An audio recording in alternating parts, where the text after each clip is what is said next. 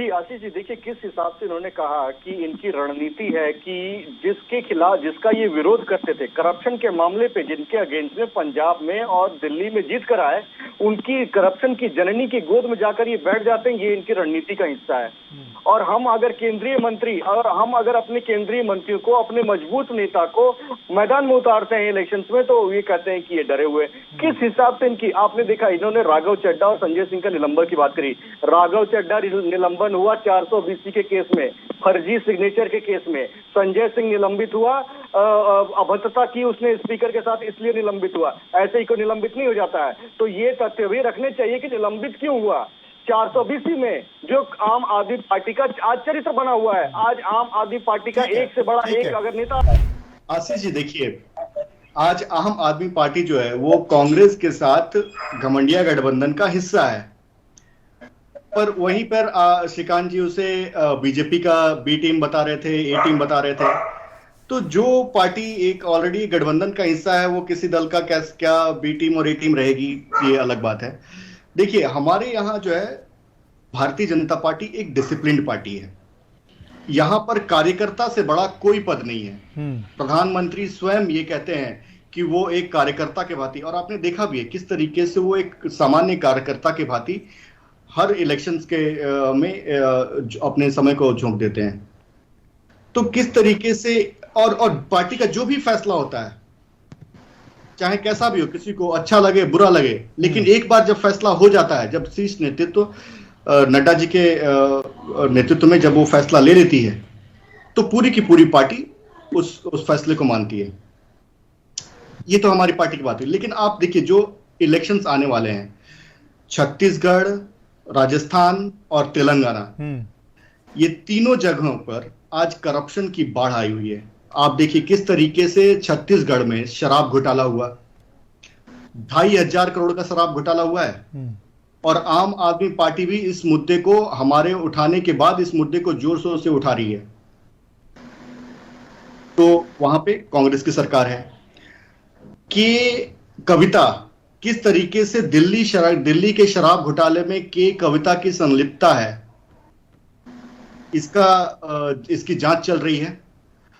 उसी तर्ज पे राजस्थान, आप कविता को उठा क्यों नहीं रहे आप? 8 महीने से इस बात को मुद्दा क्यों बना रहे हैं? दम है आप में, दम है आप में। बिल्कुल। आपको तेलंगाना के जो चुनाव के जो रिजल्ट आएंगे उसमें भाजपा के चौंकाने, आप देख लीजिएगा जिस तरीके से भाजपा की सीटें वहां पे तेलंगाना में आएंगी, जो आकलन है आप उसको एक बार देख सकते हैं। आ रहा हूं मैं यादव जी, एक बार बात पूरी हो जाने दीजिए अमित जी की।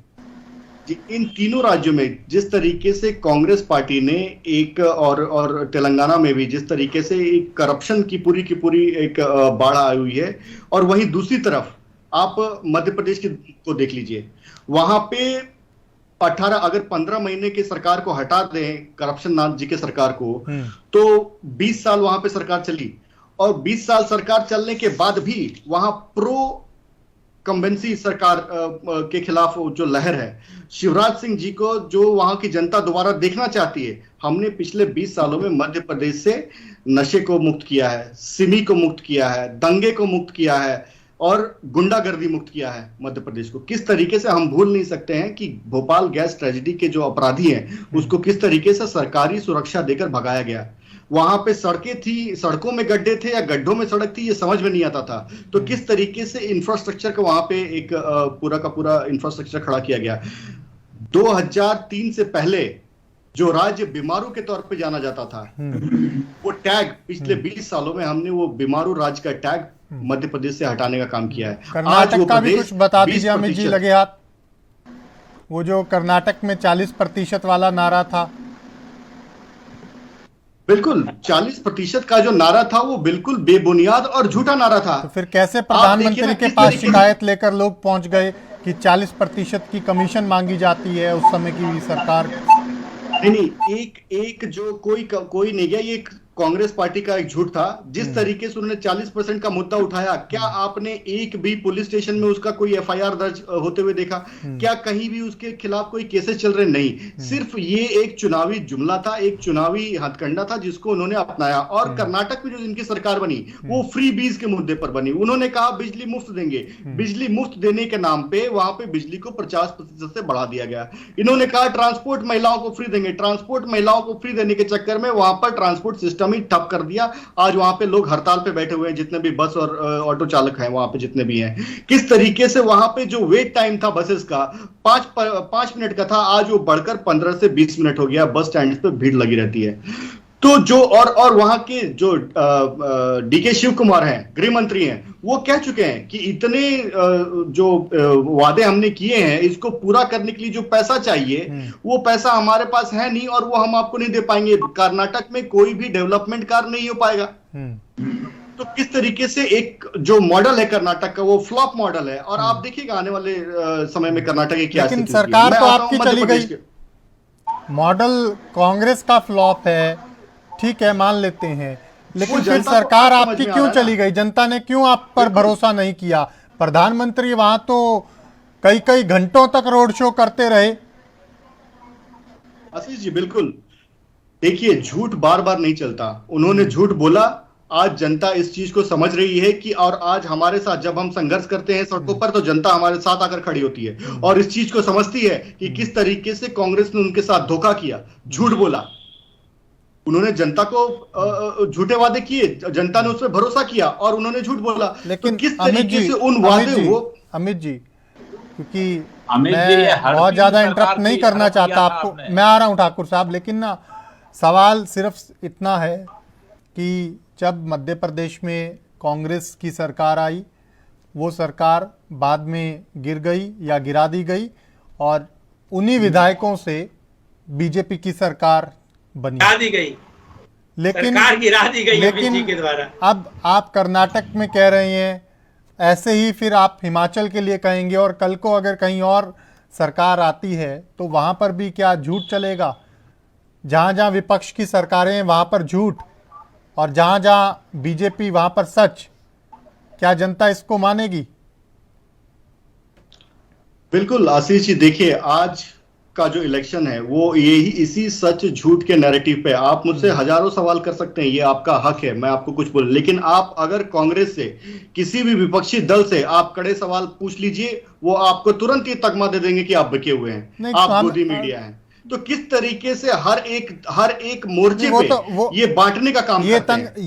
ये तो आज जिससे भी सवाल किया जाता है अमित तिवारी जी, लगभग अधिकांश जगह ये मेडल मिलता ही है पत्रकारों को। खैर उससे क्योंकि हमें बहुत फर्क इसलिए नहीं पड़ेगा क्योंकि हम सच की लड़ाई लड़ते हैं और जनता से जुड़े सवाल पूछते हैं, वो हमारा काम है, दायित्व है और वो हम करते रहेंगे।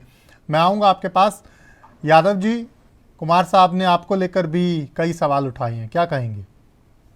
जी, कुमार साहब की बात का मैं जवाब देना चाहूंगा कि आम आदमी पार्टी एक राष्ट्रीय पार्टी है, तो कम से कम आप अब ये जो ABCD ये वाले घोटाले के पैसे पे राष्ट्रीय पार्टी बनने वाली पार्टी बंद कर दीजिए। रही बात अमित जी, शर्म आनी चाहिए यादव जी, ऐसी बातें आप एक राष्ट्रीय चैनल पे बैठ के कर रहे हैं। अमित जी, शराब अगर घोटाला है तो जो एंटरटेनमेंट डिपार्टमेंट 1 साल से झकमरा रहा है, या वो अयोग्य अधिकारी हैं जो एविडेंस नहीं ला पा रहे। आज जो है सिसोदिया जी के मामले में सुनवाई होनी थी सुप्रीम कोर्ट में। सुप्रीम कोर्ट ने आपको 1 हफ्ते पहले फटकार लगाई थी कि ये केस 2 मिनट नहीं चलेगा। नहीं, झूठ बोल रहे हैं आप, झूठ बोल रहे हैं आप। ऐसा देखिए, सुप्रीम कोर्ट को जब आप कोर्ट कर रहे हैं तो आपको तथ्यों को कोर्ट करना चाहिए, अपनी भाषा को संयमित रखना चाहिए और सही बात कहनी चाहिए। झूठ मत बोलिए यादव जी, राजनीति अपनी जगह है, लेकिन जब आप कोर्ट को कोर्ट कर रहे हो तो आपको झूठ नहीं बोलना चाहिए। अगर कोर्ट ने ऐसा कहा तो मनीष सिसोदिया को जमानत क्यों नहीं मिली? संजय सिंह को जमानत क्यों नहीं मिली? ब्रजभूषण बाहर क्या कर रहा है? अन्य नेता तोमर को जमानत क्यों नहीं मिली? झूठ मत बोलिए। जब आप कोर्ट को आप बात कर रहे हो सही तथ्यों को सामने रखने का प्रयास कीजिए। आप लोगों को शर्म नहीं आती? ब्रजभूषण बाहर क्या कर रहा है? तो आप बताइए, आपको आती है नहीं आती है? इसके लिए कानून दूसरा क्यों है? तो आप बातें कर रहे हैं, झूठ बोल रहे हैं कोर्ट का नाम लेकर। अजीत पवार पर 70,000 करोड़ का सिंचाई घोटाला लगाने वाले प्रधानमंत्री जी एक हफ्ते में उनको शामिल करके उप मुख्यमंत्री बना के ईडी की अगली रिपोर्ट में उनका नाम बाहर हो जाता है।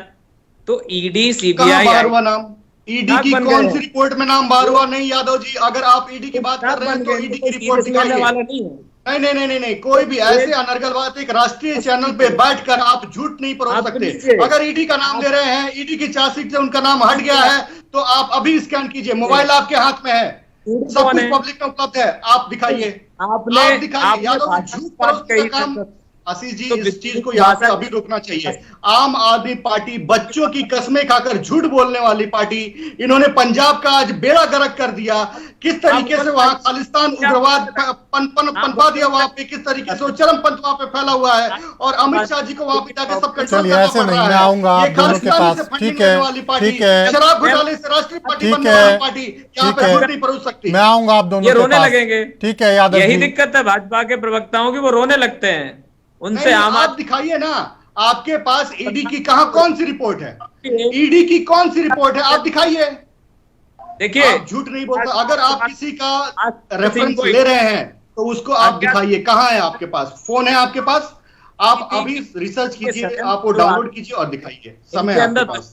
भावना ऐसी पैदा हो चुकी है कि वो नेता की हत्या करने तक तुले हुए हैं। आप बताइए, आज संजय सिंह को हत्या हो गई भाई साहब, यानी कि कोशिश झूठ बोल रहे हैं। किसकी हत्या हो गई? आपके चालसाज नेता संसद में 420 करते हैं, राघव चड्ढा संसद में बैठ के 420 करते हैं, फर्जी हस्ताक्षर करते हैं हमारे नेताओं की, और आप बात करते फिर से झूठ बोलने की बात करते हैं। अब तो है, आप जो मुद्दों पर बात, ठीक है, मैं आऊंगा अमित तिवारी जी, यादव जी आपके पास। ठाकुर साहब ठीक है, रुक जाइए। अमित जी, यादव जी, यादव जी, महाराष्ट्र में 2 अस्पतालों में कितने बच्चे, यादव जी इस पे बात कीजिए ना। आऊंगा मैं आपके पास, अमित जी आऊंगा मैं। बात कीजिए। कोरोना ठाकुर साहब, मोहल्ला क्लिनिक किस काम आया? ये आरोप प्रत्यारोप का सिलसिला तो शायद यूं ही चलता रहेगा, लेकिन सवाल बड़ा ये है कि जो लड़ाई